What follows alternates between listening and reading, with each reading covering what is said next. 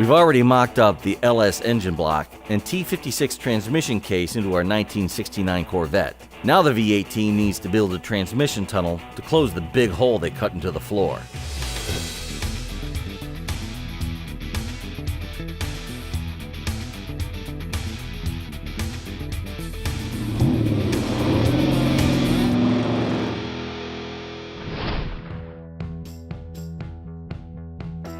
The team starts by creating a wire frame using TIG rods for structure, being careful to incorporate all the necessary contours to clear the transmission and shifter mechanisms.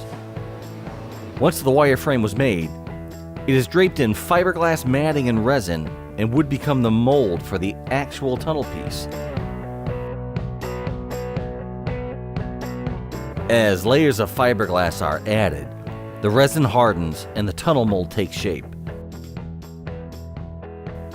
When completed, it is treated to bodywork techniques similar to a car's exterior, using body filler to fill gaps and refine the shape.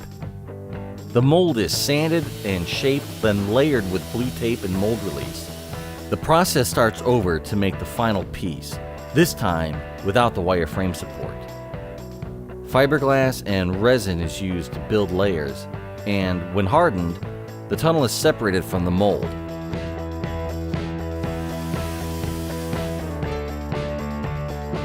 Some additional trim work is done to the piece before it is finished.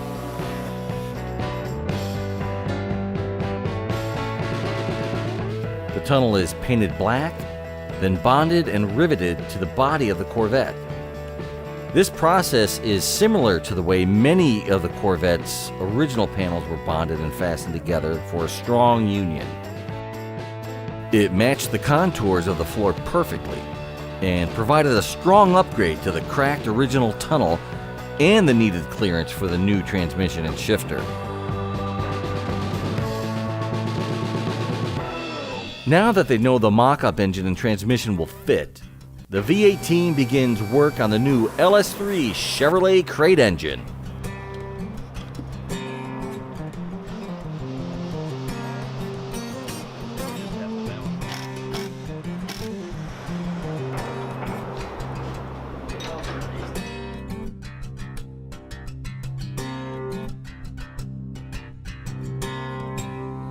So an LS3 is a Gen 4 GM small block. It's basically the last LS motor that GM designed. It's 6.2 liters on stock trim, makes about 430 horsepower depending on what car it was put in. This one, in our case, is the 480 horse.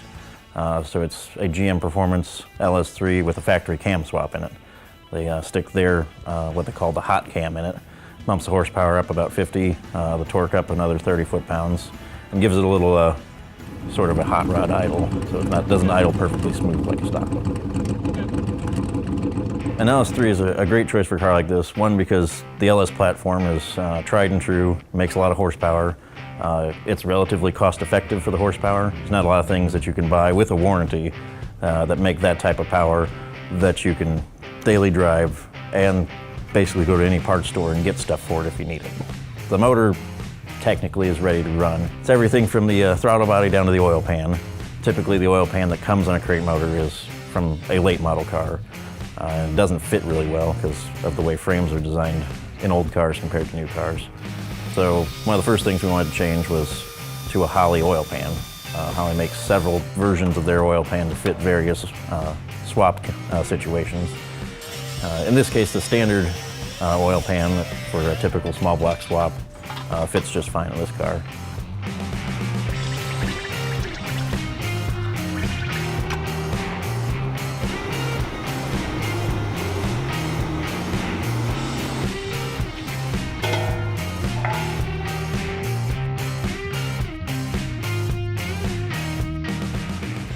We also use the Holley accessory drive with some minor modifications because it mounts the accessories up high and to the sides, which actually puts it a little bit over the suspension and near the inner fenders.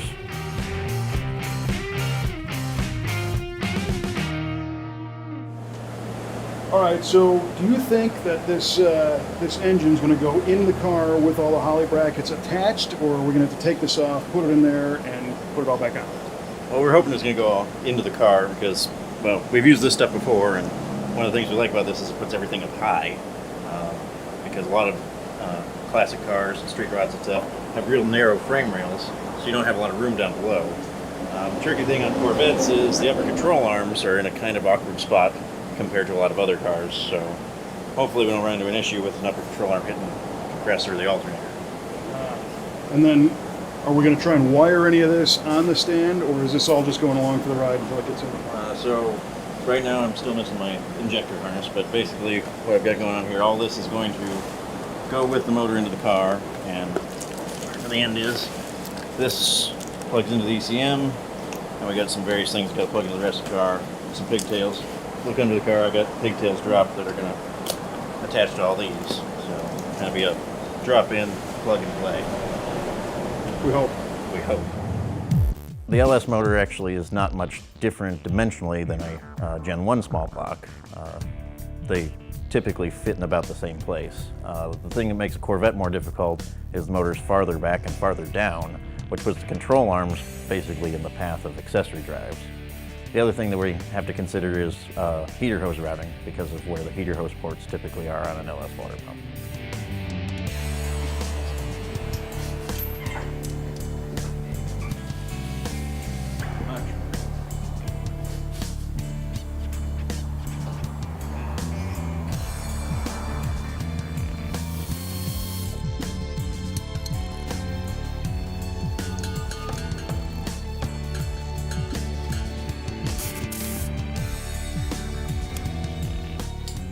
So what we had to do here, because of the clearance in the Corvette and where the control arms are and how low the motor sits, is we ended up having to get a smaller power steering pulley, which got us past the control arm. We had to flip the bolt around here. Hopefully, when we go to line this, we don't need a whole lot more caster than it's got. It does have a couple shims in here now, so not too concerned. The other thing is the heater hoses on a typical LS pump come out the side of the thermostat housing. Well, that's into the control arm on the passenger side, so John welded us a couple of AN fittings in, and that'll allow us to run hoses out of the pump in a different location. Now lastly, we put a straight thermostat housing on. Again, almost all LSs in a factory application have a thermostat housing that points off to the right, but we're in the control arm with that too. So all those minor modifications got everything to fit up here. LS engines can use a variety of management systems to run, ranging from factory ECMs down to carburetors. We chose a system from Holley for ease of install and tuning flexibility. So for this particular car, we opted to go with a Holley Dominator engine management system. Some of the reasons are the owner's not quite sure if this is all he's going to do to the car. He may have some future plans, power adders of some sort, and the Holley system is a lot more user-friendly for those things. Another thing is the Holley Dominator supports drive-by-wire, which Gen 4 LS motors are all drive-by-wire. So these things make it a lot easier for the long-term plan of the car. If the owner ever wants to change anything, it's a matter of maybe some rewiring and some retuning, but the capabilities are basically endless. The Holley stuff is basically open source. Anybody can download the software. Anybody who's competent in tuning can run the software. Even the owner of the car. Basically anybody with a laptop and a USB cable has the capability to work on the car, which opens up your possibilities and makes it easier for possibly remote tuning the car with somebody you know and trust, because you can email tunes back and forth without having special cables or licenses. The other big thing about the Holley system is it's self-tuning to an extent. You set some targets and the brunt of your driving is sorted out while you drive the car. Not to say that there's no effort in getting the drivability correct, but it takes a lot of the meat out of a custom tune on something. A big part of any fuel injection swap is the fuel delivery system from tank to engine.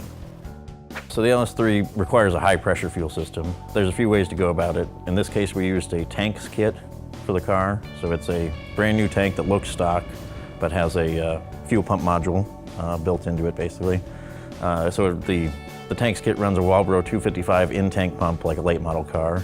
And up front we ran a mechanical regulator to get our fuel pressure at 58, which is what LSs are designed to run at. anytime you're upgrading the fuel system on an old car, especially to something that's going to handle fuel injection, you got to be careful of your venting the tank. Make sure that it's properly vented, because the pump does a few things. One, it sucks fuel out of the tank, possibly at a much higher rate than the mechanical pump ever could, which without proper venting can collapse the tank. Then you also want to use high quality connections, or fuel injection hose and proper clamps and fittings properly assembled, so that you don't end up with a leak under high pressure, spraying fuel somewhere under the car or a hot engine, because that's a fire hazard. The Corvette presents some challenges with rollover protection. Typically you want to put a rollover valve or something in the vent system, so that if the car does end up upside down, it doesn't leak fuel. Beyond safety, just drivability, a fuel tank sloshes, especially when it gets low. The tank's fuel tank is designed with a baffle system that keeps fuel around the sock on the pump, so that even when you're low on fuel, you're not going to go around a corner, start the fuel pump, and stall the engine, or hurt the fuel pump, or possibly hurt the engine when you're wide open and fuel slosh to the back and you run low. So one of the biggest problems with a fuel injection swap is that fuel pumps are sensitive pieces of equipment. They're designed to push fuel more than pull fuel, and they make a lot of heat. Keeping the fuel pump in the tank actually helps cool the pump, because for most of the time it's submerged, and even when it's not submerged, it's pulling fuel through it, which is cooling it. As soon as you run a pump dry, it starts to overheat quickly, which can damage it and make it fail pretty quickly. A lot of applications, there still aren't in-tank fuel pumps, so we see a lot of external fuel pumps, and what ends up happening is you get down below a quarter tank, the fuel doesn't get picked up properly because there's not a proper baffle, and then pump overheats, or the pump's just working too hard trying to pull fuel to wherever its location is, which ends up creating more heat and killing it. Plus, being outside of the tank, it's more subject to the environmental elements, the heat outside, road debris. So whenever possible, we like to do an in-tank pump of some sort, so that it's as close to OE quality as we can get.